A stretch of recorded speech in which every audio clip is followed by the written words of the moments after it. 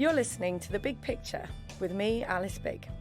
I teach film studies, and I've been teaching for probably around 16 years. I've started to lose track. And like most people, I took a while figuring out what I wanted to do. The careers advice I got at school was vague at best, and even though that has improved dramatically for young people, there's still a bit of a disconnect. With this podcast, I hope to demystify the world of work for young people. I'd like to create new connections, and hopefully through listening to these informal chats, you'll get a better idea about the world of work and maybe pick up some hints and tips along the way. My next guest is visual effects producer Clare Tinsley. She has worked for over 20 years in the visual effects industry, credited on numerous high-profile films, including Harry Potter and the Prisoner of Azkaban, Shaun of the Dead and Stardust. I find out how long it took her to get into the film industry, and Claire gives some excellent insight into what it's like working as part of the production team. So what was your careers advice at school? Careers advice at school, I think I'm of the generation where there wasn't very much. I think there was, you're taken into a room, did the quiz, and I can't really remember too much about it. But I think nurse came up, but maybe that's just because that's what my mum was doing at the time. And then, I just kind of have always been one of those people that just bumbles through life and is quite happy doing anything really. So I never really thought about it too much. It just kind of naturally evolved. I wasn't very academic at school, so did art foundation, and then that was good. I kind of was like, oh, actually, I'm all right at the art stuff. And then it was only on my art foundation course that I met somebody that was kind of a bit could see the potential in me, and kind of she was a kind of time-based media teacher, and she said, what you're trying to do is really difficult to recreate in live action filmmaking. So have you ever thought about animation? And I hadn't really. And so she gave me a load of DVDs, and I went away and watched them all, and then ended up doing an animation degree, which then kind of naturally went into the visual effects thing. So it kind of all just happened quite naturally. Yeah. Did you do like art foundation straight after school then? Yeah. Or, yeah. So I did my A-levels, didn't really know what to do, and just did an art foundation just to kind of give me a bit of time, really. I think people were going off doing gap years and that type of stuff. It was like, oh, let's do, an art foundation and just... Because isn't it that a lot of art students do that, don't they? They do the foundation year before you then sort of narrow it down to the degree. So within that art foundation year, did you have like different modules of different subjects that you did? So they do, a term doing fine art, a term doing kind of graphic design, a term doing ceramics and metal work, and then a term doing time-based media, so photography and film. Okay. So you get to kind of test everything and see which one you like to do, really. And so you got quite into a film project. Yeah. And then that's where your sort of teacher was like, oh, you're trying to do something that's actually it's kind of like, oh, I've got this idea. I can't remember what the idea was, but it was all kind of really complicated. Yeah. And she kind of, said, that is way too complicated. You're never going to achieve that. But you could do if you built little models and made them do what you want them to do. And did like stop motion type stuff. Yeah, exactly. Okay. And where did you do your animation? I did the foundation course at Plymouth, and then I went to Farnham Art College. I think it's called the Surrey Institute of Art and Design now. So I went there to do the animation. So when you did your animation degree, what kind of sort of modules did you have on that? Was it all geared towards one sort of end project that you had to create, or did you try out lots of different sort of types of animation? Yeah, we tried out lots of different types of animation and studied history of animation. I think for the first 2 years it was more just exploratory, testing out stuff, and then in the last year you have to do your dissertation and your kind of final film. So it was all just testing out, and it was kind of early days of computer stuff and lots of stop frame and then line drawing and cell animation and things like that. Oh wow. So and I think even then I didn't really do much computer stuff. More it was just I really liked the medium of just being massively free to do anything can happen in creating stories. Yeah.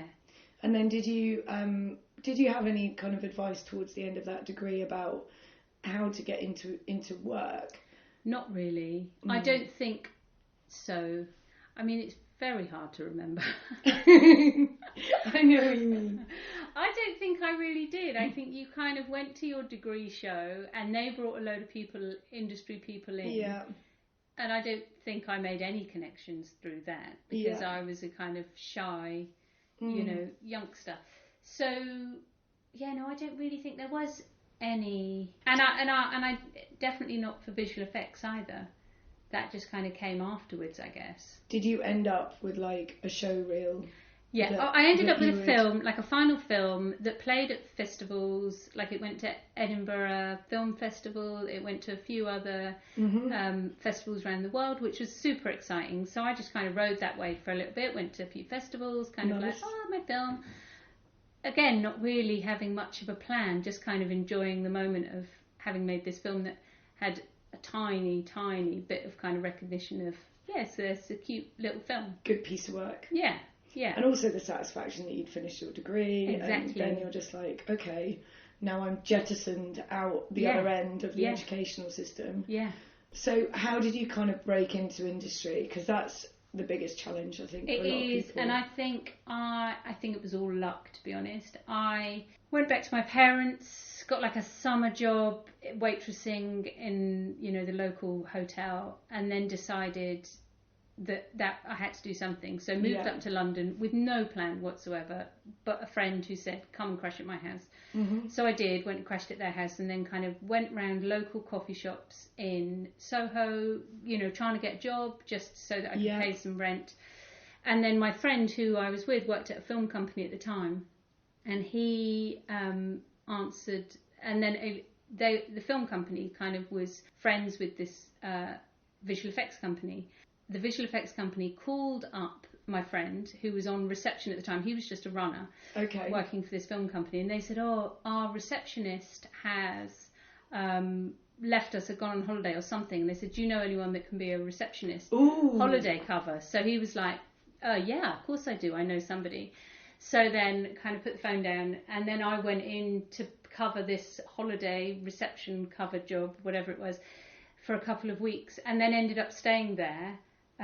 So it was all just being in the right place at the right time, really. And then I don't think they really knew that I'd done an animation degree, given that they were this visual effects company, computer animation place.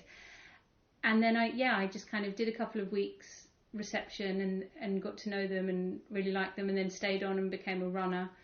And then, worked there for years after that. Because I think, but I mean, you say it's luck, but also you were willing to do the reception job. Do you know what I mean? So it's kind of like positioning yourself into the right environment and the right situations to create that opportunity. Yeah.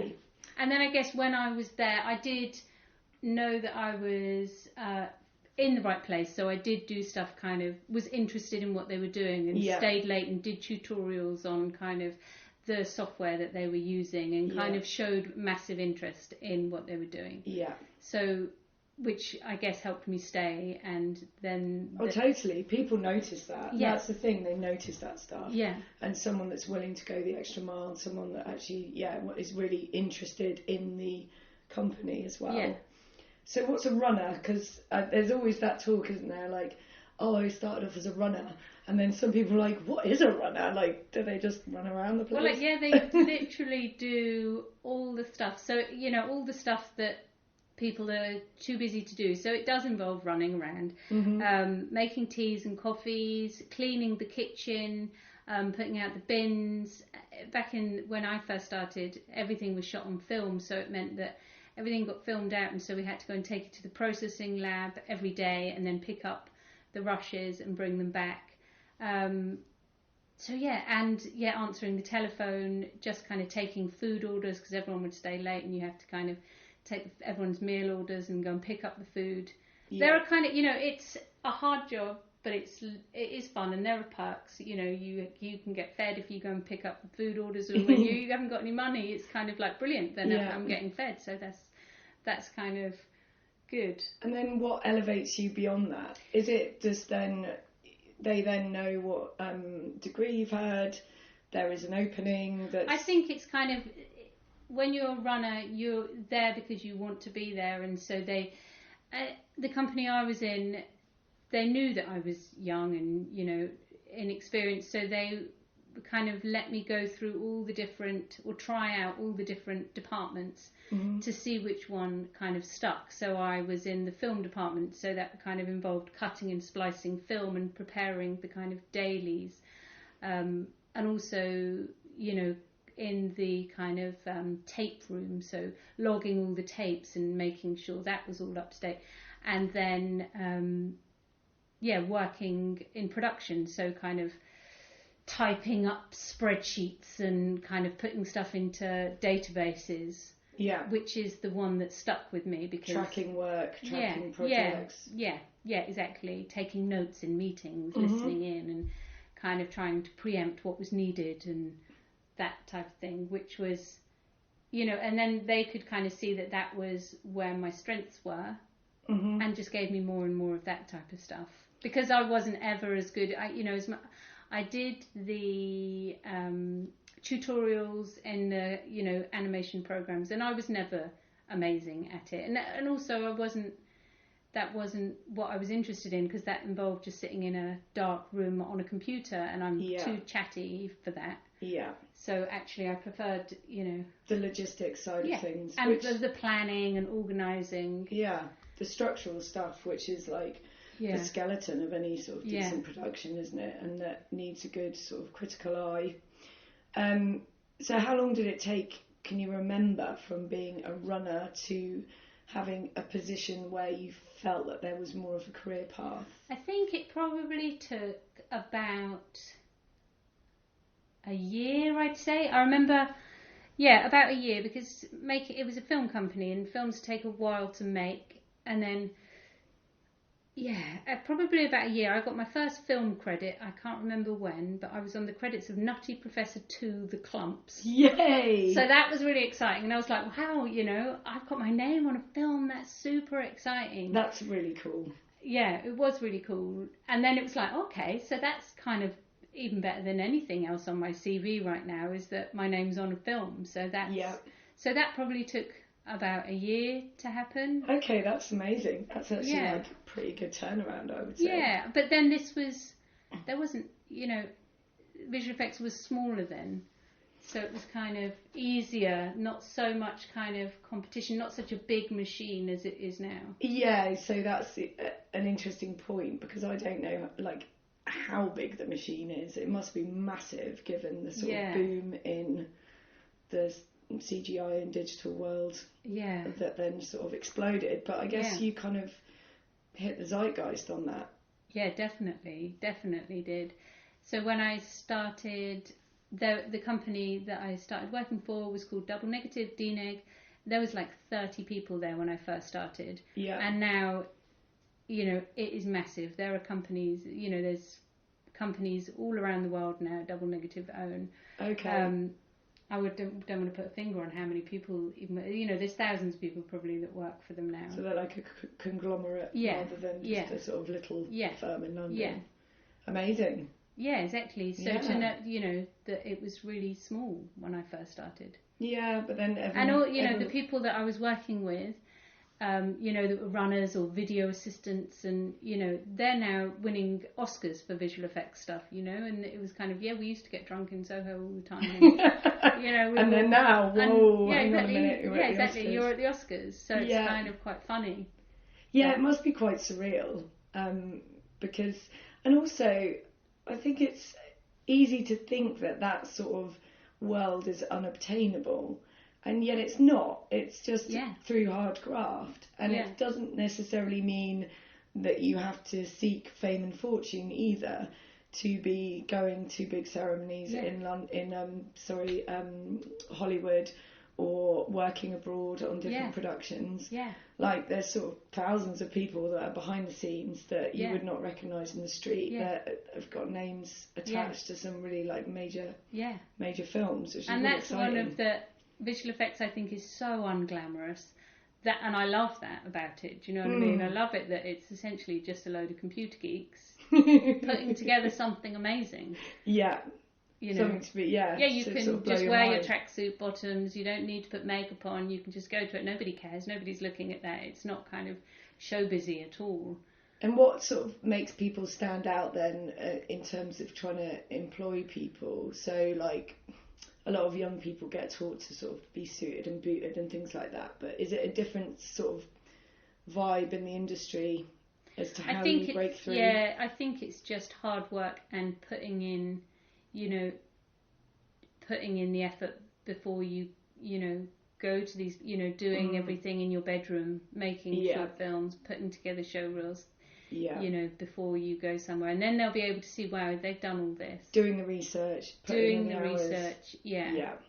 Making sure that you kind of can preempt questions before they get asked. And you will start at the bottom. Yeah. And, it's knowing that everybody starts at, most people start at the bottom. Yeah. And not being too proud or arrogant about that. Just going, right, I'm gonna be picking up the Chinese takeaways for as long as it takes until the right thing comes along at the right time. And there are massive, junior roles for people on the computers. Mm-hmm. It doesn't have that don't go and collect the teas and coffees. They start. They start actually on the computer, but it is boring, and they're looking at one frame at a time on something super. Or I spoke to someone who was like literally deleting debris from frames of like shots and just making sure that the Tesco's carrier bag was like rubbed out or whatever. So it can be quite laborious and sort of boring work. Really methodical, attention to detail, because somebody will pick up that tiny mistake because they're looking at this on a kind of massive high resolution cinema screen, looking at it frame by frame. So you have to have attention to detail and be doing the sort of compositing side of things. Yeah. And so what's the best gig highlight, would you say, for you professionally? So I worked a few years ago. I worked at ILM, Industrial Light and Magic. So that was really exciting to work for kind of the best visual effects company, or regarded as the best. And then I went to the BAFTAs a couple of times. So that was kind of exciting to get all dressed up and go along to there and watch kind of, all the celebrities and everything. That must have been so cool. Yeah, that was kind of, Is it surreal being around so many people that you recognise but that you don't know? Yeah. With celebrities, it must be like, hang on a minute, I mean, think I know you. Yeah, oh no, exactly. Oh God, I don't, but I do because I've seen you on telly. Yeah, exactly. It is a bit weird.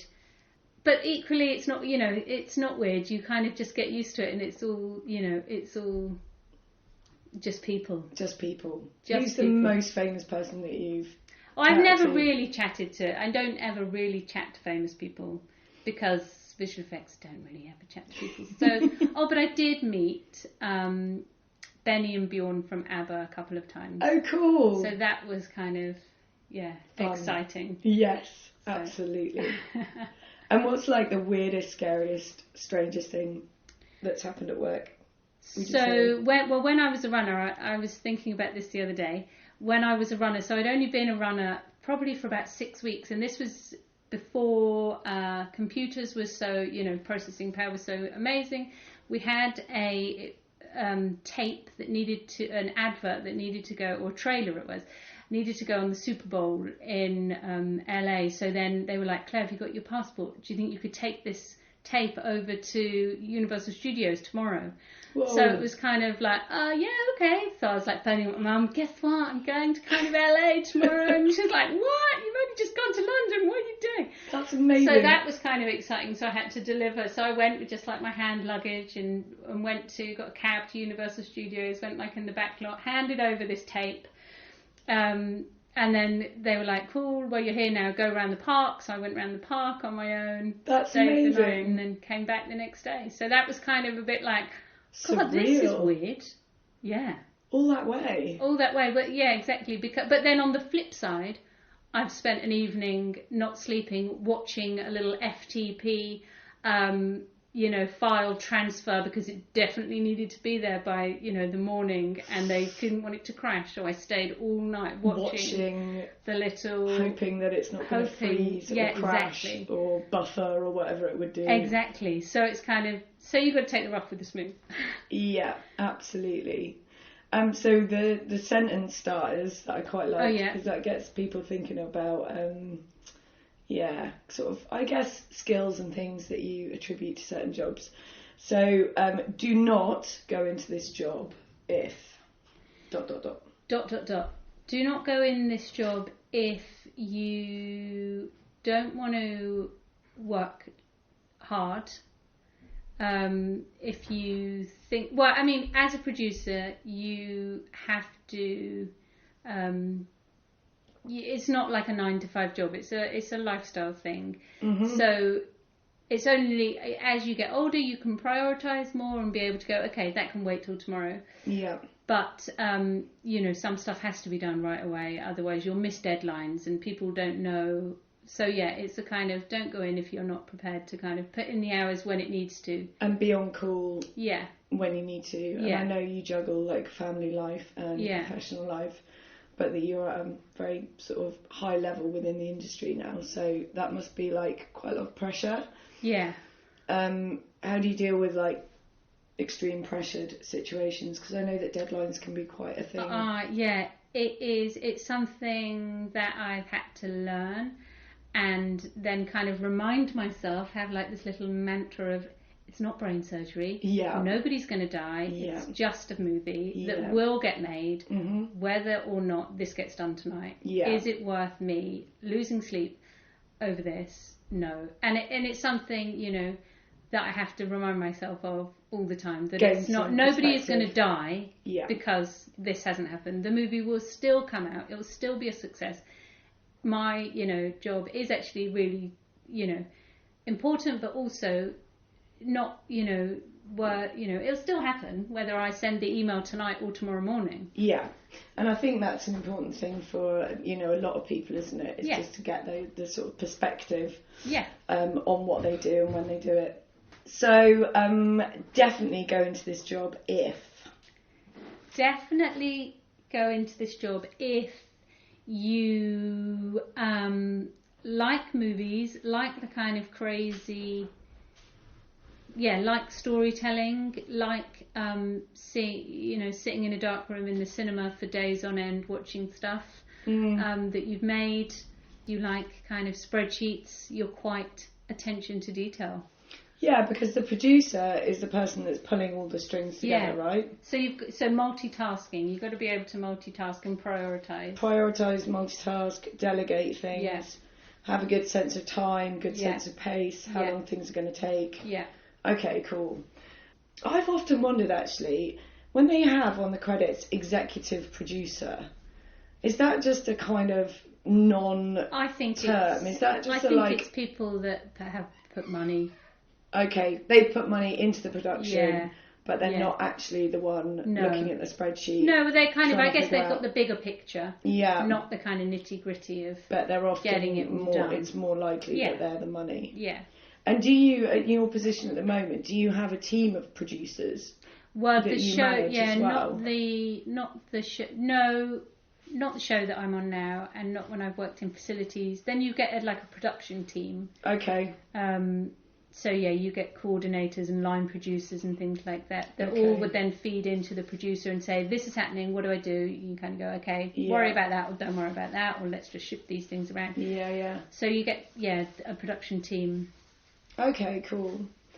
And so the last question, if you could meet your younger self, what would you say? I would say it's not worth crying over. Yes, good advice. Yeah, exactly. It's kind of, there's many a time when I've cried about it, got really stressed out and cried, and then my seniors are kind of like going, what are you crying for? It's not that big a deal. And you're like, oh, I know, you're fine, why am I crying? It's kind of, it's not worth. Yeah, the amount of pressure but then that you can put on on the flip side, if you care so much, that's how you get the good jobs, is because you care. So it's kind of, And also maybe why you get the good reputation as well. Yeah. So that then you get booked on the next job. Exactly. And the next job. And vis-a-vis, as they say. Exactly. Cool. Thank you so much for talking to me. Thank you. About being a producer. Thank you. Thank you for listening to The Big Picture. If you want to get in touch or would like any more information about the production and guests, then please have a look in the description for the podcast. A huge thanks to Ace Greenwood Campbell for production support and for letting me use his excellent musical score. And of course, many thanks to Tom Lee for his incredible artwork. Take it out town with sunset lights and burn out down.